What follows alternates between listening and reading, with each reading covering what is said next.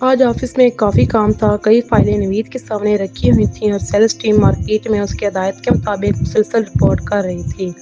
نوید کسی کے کام سے بھی مطمئن نہیں ہو رہا تھا، وہ جو کچھ بتاتے وہ آگے سے درست لہجے میں کہتا، مجھے اس سے بہتر رزلٹ چاہیے۔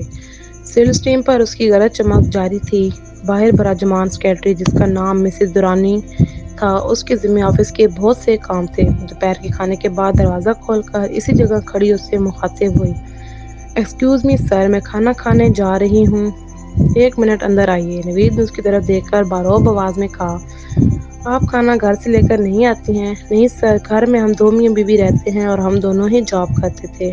میں گھر جا کر رات کا کھانا تیار کرتی ہوں اور وہ اتنا ہی ہوتا ہے کہ رات کو ختم ہو۔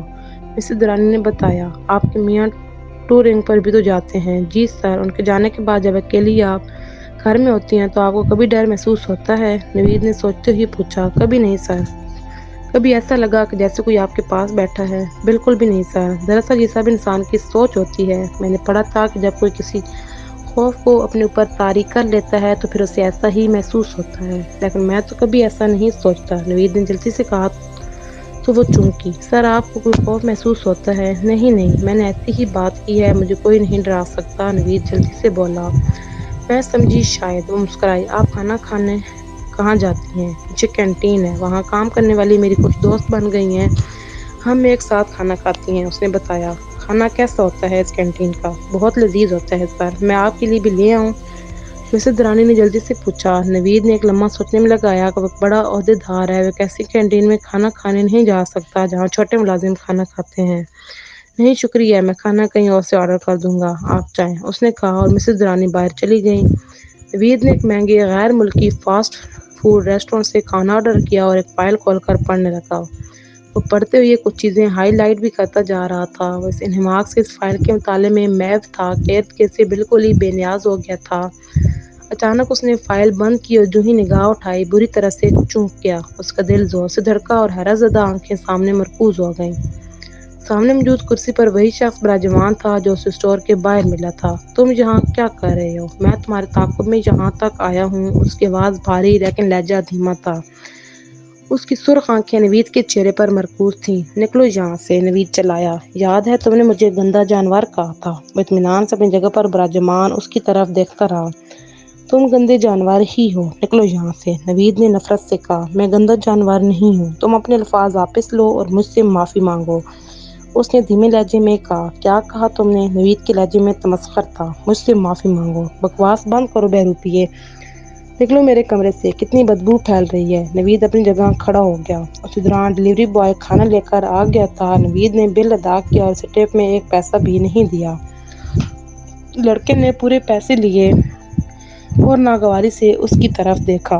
وہ جانے لگا تو نوید نے ترکمانہ لہجے میں اس سے کہا، لڑکے، اس گندے انسان کو بھی اپنے ساتھ باہر لے جاؤ، مجھے گھن آ رہی ہے۔ اس لڑکے نے پہلے نوید کی طرف پھر اس کرسی کو دیکھا جس طرف اس نے اشارہ کیا تھا۔ لڑکے کو اس جگہ کچھ دکھائی نہیں دیا تھا۔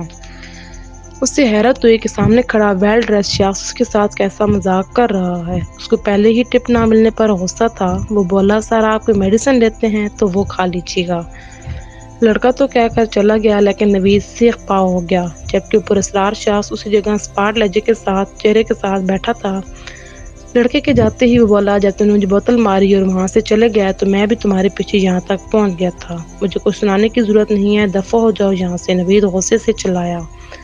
تم معافی نہیں مانگنا چاہتے؟ گیٹ آؤٹ، نوید چلایا۔ اس نے نوید کی طرف دیکھا اور کھڑا ہو گیا۔ میں باہر ملوں گا، یہ کہہ کر وہ چلا گیا۔ نوید بھی اس کے پیچھے گیا، دروازہ کھول کر باہر دیکھا مگر وہاں کوئی نہیں تھا۔ وہ واپس پلٹا اور پیک کیا ہوا کھانا اپنے سامنے رکھ کر جو ہی اسے کھولا بری طرح سے اچھل پڑا۔ ڈبے میں کھانا نہیں تھا، مٹی لگی پانی کی بوتل تھی۔ کچھ دیر حیرت زدہ رہنے کے بعد اس کا غصہ جیسے عود آیا۔ اس کی متلاشی نظریں اس پراسرار آدمی کو ڈھونڈ رہی تھیں۔ وہ ارادہ کر چکا تھا کہ وہ اب اس کے سامنے آیا تو اسے جان سے مار کر ہی دم لے گا۔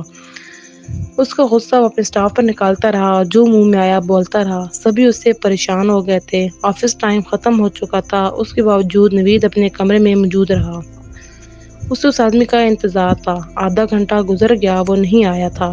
نوید اندر ہی اندر غصے میں ابل رہا تھا۔ تب وہ غصے سے چلایا، آپ کہاں؟ آؤ میرے سامنے آ، تجھے اپنے ہاتھوں سے ماروں گا۔ اس کی چپ ہوتے ہی خاموشی چھا گئی۔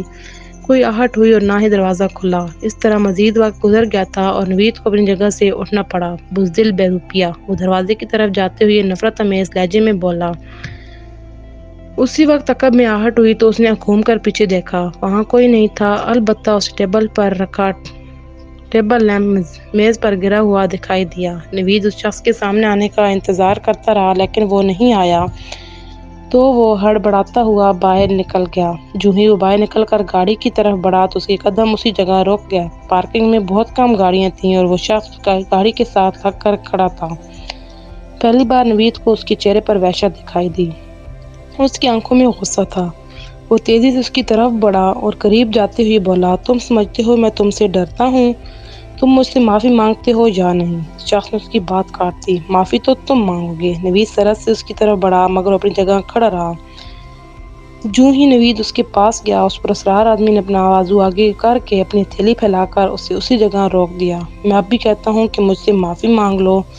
معافی لوگ مجھ سے مانگتے ہیں، میں کسی سے نہیں مانگتا۔ تم اچھا نہیں کر رہے ہو، ابھی تم نے میرا برا پن دیکھا ہی نہیں ہے۔ نوید نے گاڑی کا دروازہ کھول کر اپنا بیگ اندر رکھا اور ڈگی میں سے راڈ نکال کر جیسے ہی سیدھا ہوا وہ پراسرار آدمی غائب تھا۔ نوید نے متلاشی نگاہوں سے دائیں بائیں دیکھا، وہ کہیں دکھائی نہیں دیا۔ نوید نے راڈ ڈگی میں رکھی اور ڈرائیونگ سیٹ سنبھال کر غصے سے گاڑی بیک کی اور بڑبڑایا، تم بھی یاد کرو گے کہ کسی سے پالا پڑا تھا۔ اس نے چاروں طرف دیکھا، وہ کہیں دکھائی نہیں دیا۔ ایک دم وہ چونکا، ڈیش بورڈ پر بھی وہی پانی کی مٹی لگی بوتل پڑی تھی۔ نوید نے غصے سے وہ بوتل اٹھائی اور شیشہ نیچے کر کے اسے باہر پھینکا اور جو ہی اس نے شیشہ اوپر کیا ایک دھماکہ ہوا۔ نوید بری طرح ڈر گیا۔ بوتل باہر جاتے ہی ہوا میں اڑتی واپس آئی اور پوری قوت سے گاڑی کی شیشے سے ٹکرا کر نیچے گر گئی تھی۔ نوید نے سہمی ہوئی آنکھوں سے دیکھا، آس پاس کوئی نہیں تھا۔ اس نے گاڑی گیئر میں ڈالی اور تیزی سے نکال کر لے گیا۔ گاڑی سڑک پر دوڑ رہی تھی، اس کا فلیٹ کچھ ہی دور تھا اور سڑک پر زیادہ رش بھی نہیں تھا۔ اچانک اس نے بریک لگائے۔ اس نے دیکھا کہ وہ پراسرار آدمی اس سے کچھ فاصلے پر سڑک کنارے کھڑا اس کی طرف دیکھ رہا تھا۔ وہ اسی ہولی میں تھا، اس کے ہاتھ میں پانی کی وہی بوتل تھی جس کو وہ ہاتھ میں پکڑ کر ہلا رہا تھا۔ نوید نے دائیں بائیں دیکھا، کار کو گیئر میں ڈالا اور اپنے غصے میں ڈوبی آنکھوں کو اس آدمی پر مرکوز کر دیا۔ اب تم نہیں بچو گے، اب تم نہیں بچو گے، یہ کہہ کر اس نے ایکسیلیٹر پر پیر کا دباؤ بڑھایا اور کار کسی تیر کی طرح نکل کر اس پراسرار آدمی کی طرف بڑھی۔ وہ آدمی اسی جگہ کھڑا تھا۔ کار اس کی طرف پوری رفتار سے بڑھ رہی تھی اور اپنی جگہ سے ٹس سے مس نہیں ہو رہا تھا۔ کار اس کے بالکل قریب آ کر اس سے ٹکرا گئی۔ وہ آدمی فضا میں اچھلا اور کلاب بازیاں کھاتا نیچے آیا اور دھماکے سے سڑک پر جا پڑا۔ وہ سڑک پر ساکت پڑا تھا۔ نوید نے نفرت سے اس کی طرف دیکھا اور بڑبڑایا، تم مجھے جانتے نہیں ہو۔ ساتھ ہی اس نے کار تیزی سے بیک کی اور اس کے اوپر سے گزار دی۔ اس کے اندر کوئی حرکت نہیں ہو رہی تھی۔ اس نے پوری رفتار سے کار آگے بڑھا دی۔ وہ اپنے فلیٹ پر پہنچا تو اس کی گردن ایسے اکڑی ہوئی تھی جیسے وہ کوئی بہت بڑا کام سر انجام دے کر آ رہا ہو۔ مزہ آ گیا میرا تعاقب کر کے یہاں تک پہنچنے کا۔ تجھ جیسے مجھ سے معافی مانگتے ہیں، میں کسی سے معافی نہیں مانگتا، وہ فخر سے کہہ رہا تھا۔ یہ کہتے ہوئے اس نے جو ہی اپنے کمرے کا دروازہ کھولا، اس کی آنکھیں پھٹی کی پھٹی رہ گئیں۔ اس کے سامنے اس پراسرار آدمی جیسے چار آدمی کھڑے تھے، بالکل ایک جیسے۔